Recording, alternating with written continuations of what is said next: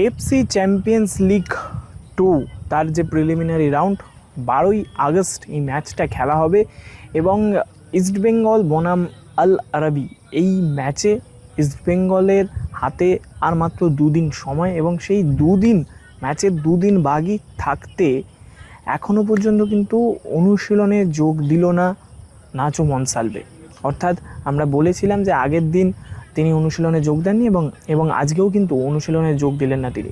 নমস্কার দর্শক বন্ধুরা, রেস স্পোর্টসের পর্দায় আপনাদের সবাইকে স্বাগতম। আমি সায়ন এবং এই মুহূর্তে রয়েছি রাজারহাটের এনসিই গ্রাউন্ডের বাইরে এবং যেটা প্রথমে যেই কথাটা বলে শুরু করলাম যে হাতে আর মাত্র দুটো দিন, কিন্তু তারপরেও অনুশীলনে যোগ দিল না। রবিবার যেমন অনুশীলন করেননি তিনি, সেরকমই কিন্তু সোমবারও অনুশীলনে যোগ দিলেন না নাচো মনসালভে। তাই একদম এখন বলা যাবেই যে প্রথম একাদশে বা ইস্টবেঙ্গলের যে পুরো স্কোয়াডে এএফসি চ্যাম্পিয়ন্স লিগ 2 এর যে প্রিলিমিনারি ম্যাচ সেই ম্যাচে কিন্তু থাকবে না বা সেই ম্যাচে নাচো মনসালভের সার্ভিস পাবে না ইস্টবেঙ্গল দল।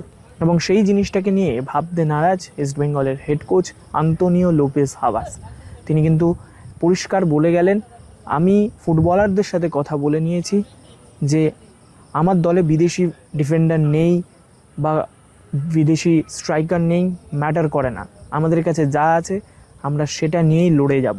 এবং এই কথাটা কিন্তু তিনি পরিষ্কারভাবে সমস্ত ফুটবলারকে বলে দিয়েছেন। হয়তো ইস্টবেঙ্গল মানেই কোথাও গিয়ে এই জিনিসটা কাজ করে, কিছু না থাকলেও যা আছে সেই সব কিছু নিয়ে একবারে লড়াই করা, এবং সেই জিনিসটাই কিন্তু করতে চাইছেন আন্তোনিও লোপেজ হাভাস।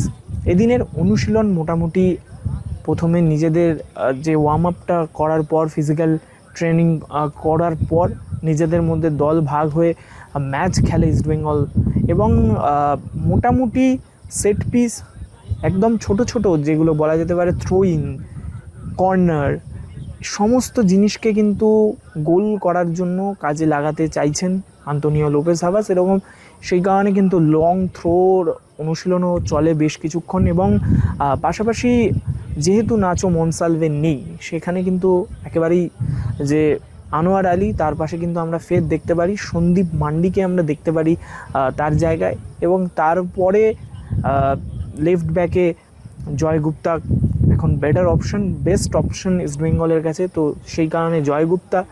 এবং রাইট ব্যাকে যেহেতু আগের ম্যাচে গোল পেয়েছে হার্দিক ভাট, তার খেলার সম্ভাবনাই রয়েছে। এছাড়াও মাঝ মাঠে কিন্তু আমরা যেমন ডুরান্ডের ম্যাচগুলো দেখে এসেছি, সেখানে কিন্তু একেবারে জিকসন এবং রশিদ মাঝ মাঠে অ্যাটাকিং মিডফিল্ডার বা নাম্বার 10-এর ভূমিকায় দেখা যাবে ড্যানি রামিরেসকে।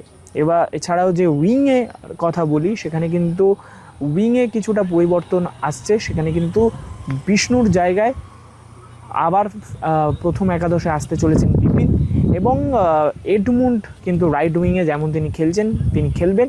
এবং যেহেতু সেন্টার ফরওয়ার্ডেও এফিয়ং নেই, সেই কারণে এফিয়ংয়ের জায়গায় এই মুহূর্তে বেটার অপশন সেটা হচ্ছে জেসিন টিকে। তো জেসিন টিকে দিয়েই শুরু হবে এই ম্যাচ। মোটামুটি এইটা একটা সম্ভাব্য একাদশ আমার মনে হচ্ছে, সব কিছু যদি আমি বিচার করি বা আজকের যে অনুশীলনটা দেখলাম সেখান থেকে এই টিমটাই মনে হচ্ছে যে এই টিমটাই খেলানোর সম্ভাবনা বেশি।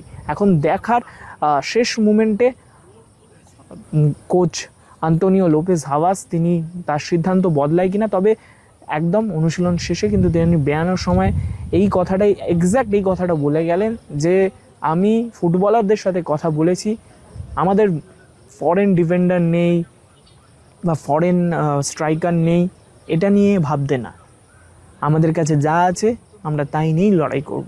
অবশ্য এটাও বলে গেলেন যে ফরেন ডিফেন্ডার বা ফরেন স্ট্রাইকার নেই, সেটা অবশ্যই একটা প্রবলেমের কারণ হতে পারে, অবশ্যই চাপে আছে ইস্টবেঙ্গল দল, কিন্তু সেইটা নিয়ে ভাবতে নারাজ, যা আছে তাই নিয়েই যুদ্ধে নামতে প্রস্তুত আন্তোনিও লোপেজ হাভাসের ইস্টবেঙ্গল। এনসির মাঠ থেকে আমি সায়ন, রেড স্পোর্টস।